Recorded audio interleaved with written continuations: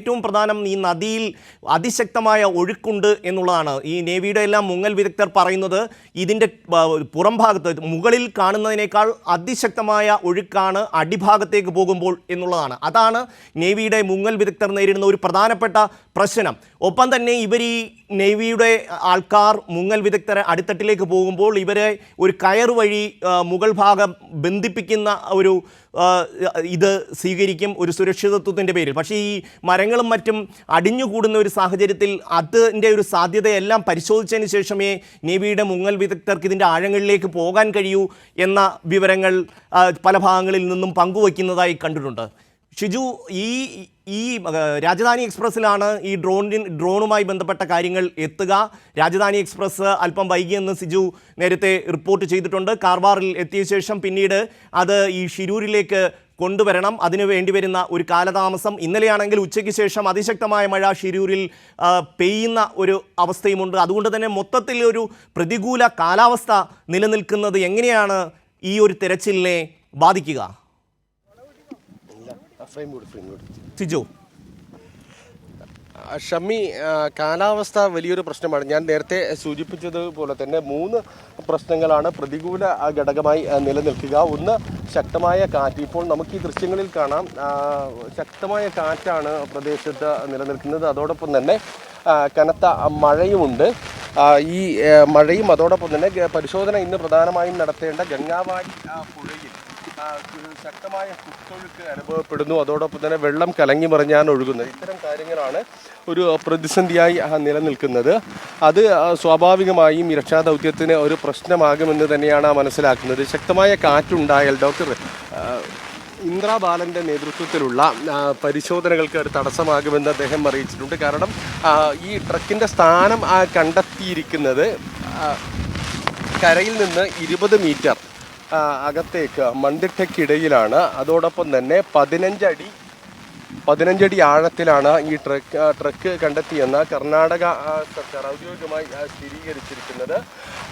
അപ്പോൾ അവിടെ പരിശോധിക്കണമെങ്കിൽ ഈ ഡ്രോൺ സംവിധാനം കൃത്യമായും ഒരു നിശ്ചിത ഉയരത്തിൽ അധികം ഇളക്കമില്ലാതെ നിർത്താൻ കഴിയണം. അതിനുശേഷമാണ് പരിശോധിക്കാൻ കഴിയുക എന്ന് അറിയിച്ചിട്ടുണ്ട്. അത്തരം പരിശോധനകൾക്ക് ഇത് വലിയ തടസ്സമാകുമെന്നുള്ളതാണ്. ഈ മഴ പെയ്യുമ്പോൾ ഉണ്ടാകുന്ന നീരൊഴുക്ക് അത് ഈ ബൂം എക്സ്കവേറ്റർ ഉപയോഗിച്ച് ഇപ്പോൾ നിലവിൽ പരിശോധന നടക്കുന്നുണ്ട്.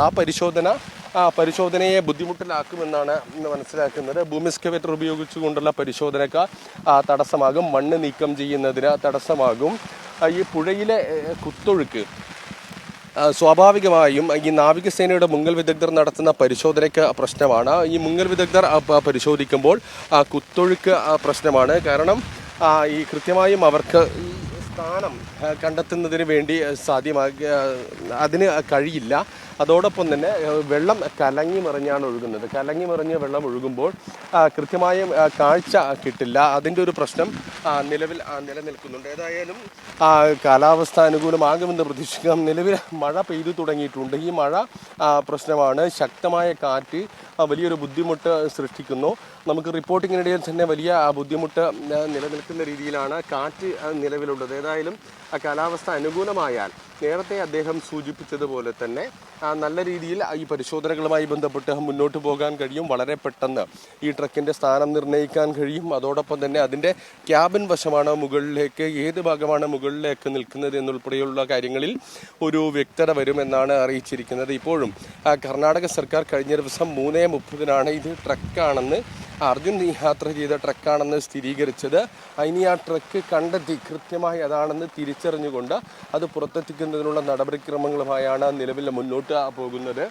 ഈ കാലാവസ്ഥ അനുകൂലമായാൽ മാത്രമേ നമ്മളെല്ലാം തന്നെ പ്രതീക്ഷിക്കുന്നത് പോലെ തന്നെ ഇന്ന് തന്നെ ഈ ദൗത്യം പൂർത്തിയാക്കാൻ കഴിയൂ എന്നുള്ളതാണ്.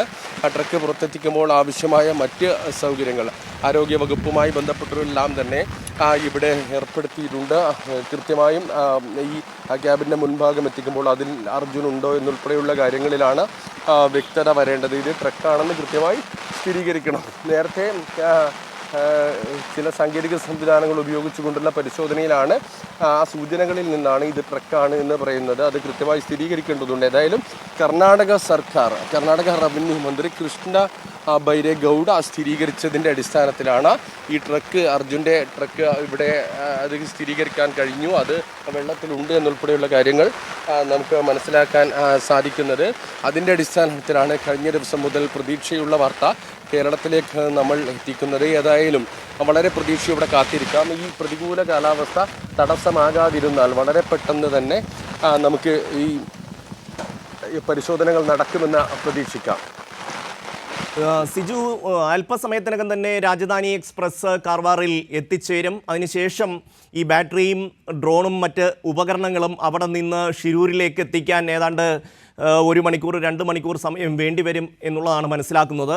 അതിനുശേഷമായിരിക്കും ഈ ഒരു ഡ്രോൺ പരിശോധന ആരംഭിക്കുക. അതേസമയം തന്നെ ഷിജു നേരത്തെ റിപ്പോർട്ട് ചെയ്തതുപോലെ ബൂം എക്സ്കവേറ്റർ ഉപയോഗിച്ചുള്ള മണ്ണ് മാറ്റിയുള്ള പരിശോധന തുടരുന്നുണ്ട്. ഇന്നലെ ഒരു എക്സ്കവേറ്റർ ആയിരുന്നു ഉണ്ടായിരുന്നത്, ഇന്ന് 2 എണ്ണം എത്തിയിട്ടുണ്ട് എന്നുള്ള വിവരം ലഭിക്കുന്നു. ഒപ്പം തന്നെ ഈ റിവർ ബെഡ് അത് ഈ കൂടുതൽ മുന്നോട്ട് ഇറങ്ങി ഇത് പരിശോധന നടത്താൻ വേണ്ടി ഉള്ള സൗകര്യം കരയിൽ ഒരുക്കുന്നതിനാവശ്യമായിട്ടുള്ള പ്രവർത്തനങ്ങളും അവിടെ നടക്കുന്നുണ്ട് എന്ന് വേണം മനസ്സിലാക്കാൻ. ആ പ്രവർത്തനങ്ങൾ സമാന്തരമായി നടക്കുമ്പോൾ തന്നെ നേവിയുടെ മുങ്ങൽ വിദഗ്ധർ പുഴയുടെ ആഴങ്ങളിലേക്ക് പോയാൽ മാത്രമേ ഈ ലോറിയെ സംബന്ധിച്ചുള്ള കൃത്യമായ വിവരം ലഭിക്കുകയുള്ളൂ എന്നുള്ളതാണ് യാഥാർത്ഥ്യം. റിട്ടയേർഡ് മേജർ ജനറൽ ഇന്ദ്രബാലൻ്റെ നേതൃത്വത്തിലുള്ള സംഘം അതിനുവേണ്ടുന്ന എല്ലാ തയ്യാറെടുപ്പും അവിടെ നടത്തിയിട്ടുണ്ടെന്നുള്ളതാണ് മനസ്സിലാവുന്നത്. അവർക്ക് വേണ്ടുന്ന ഉപകരണങ്ങൾ രാജധാനി എക്സ്പ്രസ്സിലാണ് കൊണ്ടുവരുന്നത്. വിമാനമാർഗം അത് എത്തിക്കാൻ കഴിയില്ല. ബാറ്ററി അടക്കമുള്ള സാധനങ്ങൾ ഉള്ളതുകൊണ്ട് വിമാനങ്ങളിൽ അത് അനുവദിക്കില്ല. അതുകൊണ്ടാണ് രാജധാനി എക്സ്പ്രസ്സിൽ ദില്ലിയിൽ നിന്ന് കാർവാറിലേക്ക് ഈ ഉപകരണങ്ങൾ എത്തിക്കുന്നത്. അത് കാർവാറിൽ എത്തിക്കഴിഞ്ഞാൽ അവിടെ നിന്ന് അപ്പോൾ തന്നെ ഷിരൂരിലേക്ക് എത്തിക്കാൻ ആവശ്യമായിട്ടുള്ള പ്രവർത്തനങ്ങൾ നടന്നു കഴിഞ്ഞു.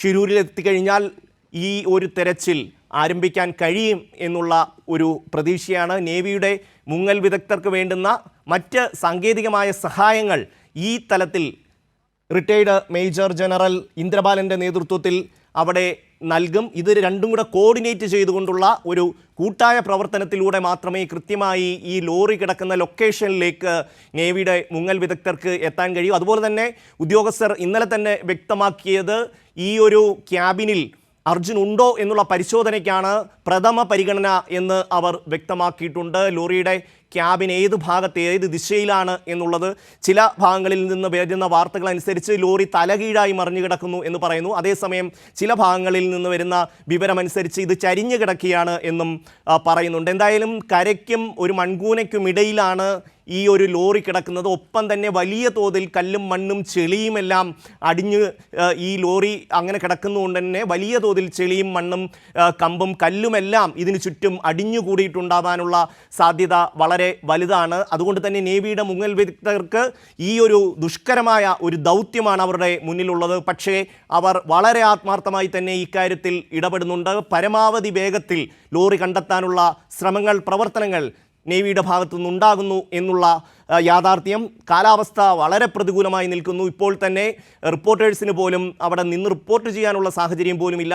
നദിയിലെ ഒഴുക്ക് അതിശക്തമായി തുടരുകയാണ്. മുകളിൽ കാണുന്നതിനേക്കാൾ വളരെ വളരെ ശക്തമാണ് അടിയൊഴുക്കുകൾ എന്ന് ഇതുമായി ബന്ധപ്പെട്ട ആൾക്കാർ വ്യക്തമാക്കുന്നുണ്ട്. ഒപ്പം തന്നെ നദി കലങ്ങി മറിഞ്ഞ് ഒഴുകുന്നത് കാരണം വിസിബിലിറ്റി വളരെ കുറവാണ്. അതും ഈ ദൗത്യത്തെ ബാധിക്കും. ഒപ്പം തന്നെ ഈ നദി മുഴുവൻ കമ്പും കല്ലുകളും വലിയ മരങ്ങളും എല്ലാം അടിഞ്ഞുകൂടിയിട്ടുണ്ട്. അതും ഈ ദൗത്യത്തിൻ്റെ ഒരു പ്രധാനപ്പെട്ട ബുദ്ധിമുട്ടാണ്. അതുകൊണ്ട് തന്നെ ഇതിനെല്ലാം അതിജീവിച്ചുകൊണ്ട് ഈ പുതിയ അത്യാധുനിക ഡ്രോണിൻ്റെ സിഗ്നൽ ഉപയോഗിച്ച് അതിൻ്റെ മാർഗനിർദ്ദേശപ്രകാരം ഈ സ്പോട്ടിലേക്ക് ലോറി കിടക്കുന്ന സ്പോട്ടിലേക്ക് എത്തുക എന്നുള്ളതാണ് നേവിയുടെ മുങ്ങൽ വിദഗ്ധരെ സംബന്ധിച്ചിടത്തോളം ഏറ്റവും പ്രധാനപ്പെട്ട കാര്യം, ദുഷ്കരമായ കാര്യം. പക്ഷേ ആ ഒരു ദൗത്യം ഇന്ന് പൂർത്തിയാകും എന്നുള്ള പ്രതീക്ഷയിലാണ് ഏവരും ഉറ്റുനോക്കുന്നത്. സിജു, ഇപ്പോഴത്തെ അവിടുത്തെ ഒരു സാഹചര്യം, എക്സ്കവേറ്റർ ഉപയോഗിച്ചുള്ള രക്ഷാപ്രവർത്തനം ദൗത്യം തുടരുന്നുണ്ട്. മറ്റ് കാര്യങ്ങൾ വിശദീകരിക്കാമോ?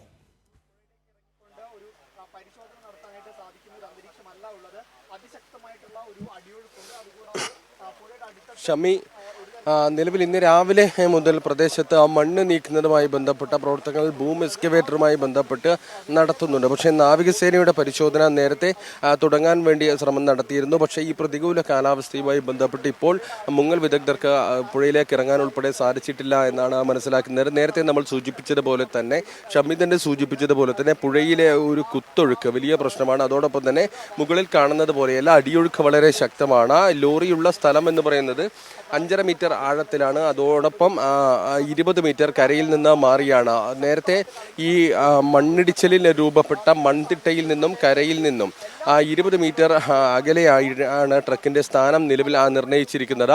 ആ സ്ഥലത്തെത്തി കൃത്യമായും ട്രക്കിന്റെ പരിശോധനകൾ നടത്തണമെങ്കിൽ ഈ നാവികസേനയിലെ മുങ്ങൽ വിദഗ്ധർക്ക് അവിടെ എത്താൻ സാധിക്കണം. ഒന്ന്, ഈ കാഴ്ചപരിധിയുടെ ഒരു പ്രശ്നമുണ്ട്. കലങ്ങി മറിഞ്ഞാണ് വെള്ളം ഒഴുകുന്നത്.